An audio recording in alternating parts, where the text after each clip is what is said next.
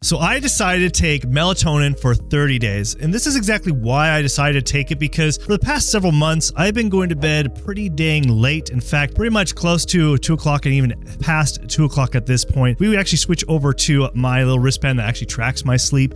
We went over here. What you'll find is here in March, you could see that I was going to bed just right before 2 o'clock. Then in the months of June, it was past 2 o'clock. And then all of a sudden in September, it has been 2:11 on average is the time that I've been going to sleep.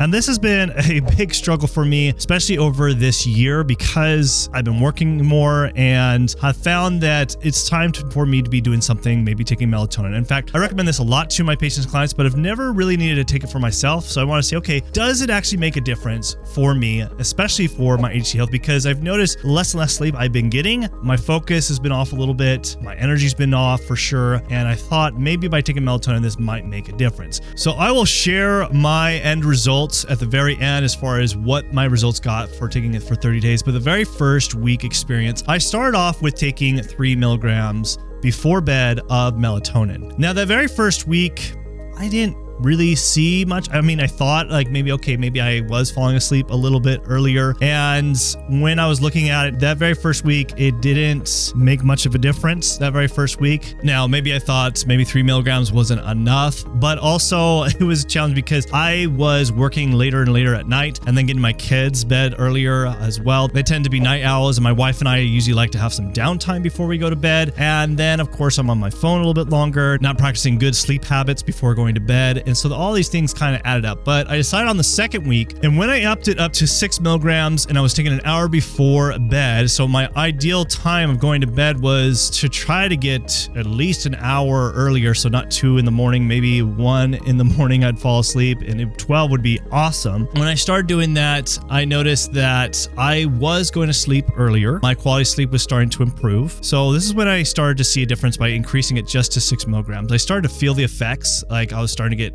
tired. I was like, oh wow, typically I don't get tired about until 2 o'clock, but now I'm getting a little tired like at 1 o'clock. I was like, oh, maybe there is something to this. And then I also started noticing that I felt a little bit more rested in the morning, and then of course this really impacted my day throughout the entire day of being more productive and focused. So I'm like, okay, great. But then I noticed one time when I forgot to take my melatonin, and I was tossing and turning. I was up until past 3 o'clock, and I'm like, man, why can't I go to sleep? Then I remembered, oh, I haven't taken my melatonin. So I took it, and then I was able to finally go to sleep. Now, does that mean I was being dependent on it? Really hard to say. I usually tell people melatonin is something you should be taking temporary to help kind of reset your circadian rhythm. But I was doing this for 30 days. 30 days is definitely not something that's going to, mess things up. It's just to help reset your circadian rhythm. I'm like, okay, there's definitely something to this by taking melatonin. But then by week 3, I noticed I was not being very consistent of taking my melatonin, and I made sure to put it on my nightstand. But even by putting it by my nightstand, that still didn't help me being consistent of taking it at a good time, because what I wanted to do was to go bed earlier than just falling asleep, a half hour earlier. Because what I was finding is that, I was maybe going to bed maybe about 15-20 minutes before my usual time. But then I realized maybe I just need to be more consistent and take this maybe 2 hours before I typically would want to fall asleep. So what I did is I set an alarm on my phone at 10 o'clock. At 10 o'clock every night, to have that alarm go off to make sure that I took my melatonin. And this seemed to help. When I would set that alarm and it go off, I would take it, and I found that I would get tired even earlier than that typical 1:30 time. I was starting to get really tired even before 1 o'clock, and I would go right to bed. Now, if you're getting value in today's video and you are looking for more than just taking melatonin to help with your sleep and your focus, and looking for other things, supplements that can help with your focus, then download the free guide in the description below. It is my focus guide that helps you improve your focus and things that you need to be implementing. So download that in the description below.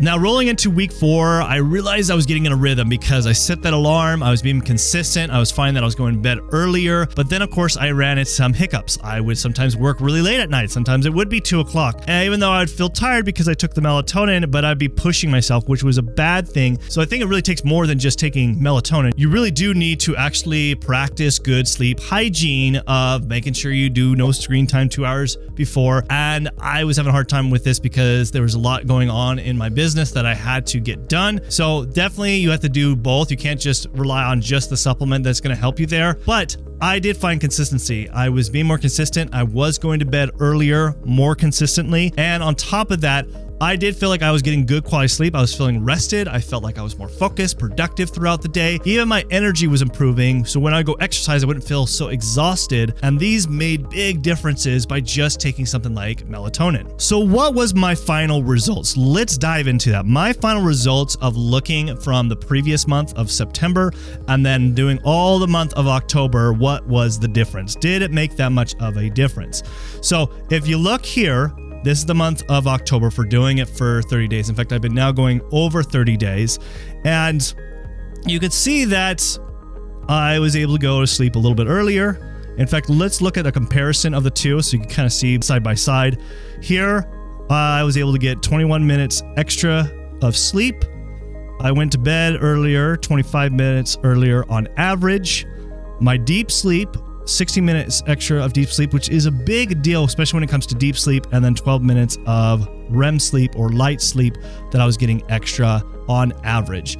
Not a huge difference, but when it comes to the research that I've looked at, typically melatonin, that is typical. It's about 15 to 20 minutes extra sleep that you will get. But that is not the whole purpose of taking melatonin. Melatonin, yes, can maybe give you a little bit extra sleep. It helps you go to sleep, but not necessarily stay asleep. But my problem was going to bed early. So was it solving this problem for me? I think it definitely was. I mean, 25 minutes earlier is big, but I'm going to continue on it to try to be better, because the big take home here is it isn't just the supplement. It isn't just melatonin that's going to solve it. I got to practice better with my sleep hygiene of forcing myself to going to bed earlier and staying away from the screens, and be able to maybe get my kids to bed earlier so that I could have more of my downtime with my wife and so many other things. So there's definitely a lot of things that come into play when having good quality sleep, but it certainly made a difference on impact on my health of not only getting good quality sleep, but able to be more focused, productive, as well as having better energy. And so it's something I definitely will continue doing, along with practicing good sleep hygiene techniques. But did you know that melatonin actually has a lot more amazing benefits than just helping you go to sleep? If you want to find out about those benefits, you should watch this video next, where I dive into all the amazing benefits that melatonin can provide you.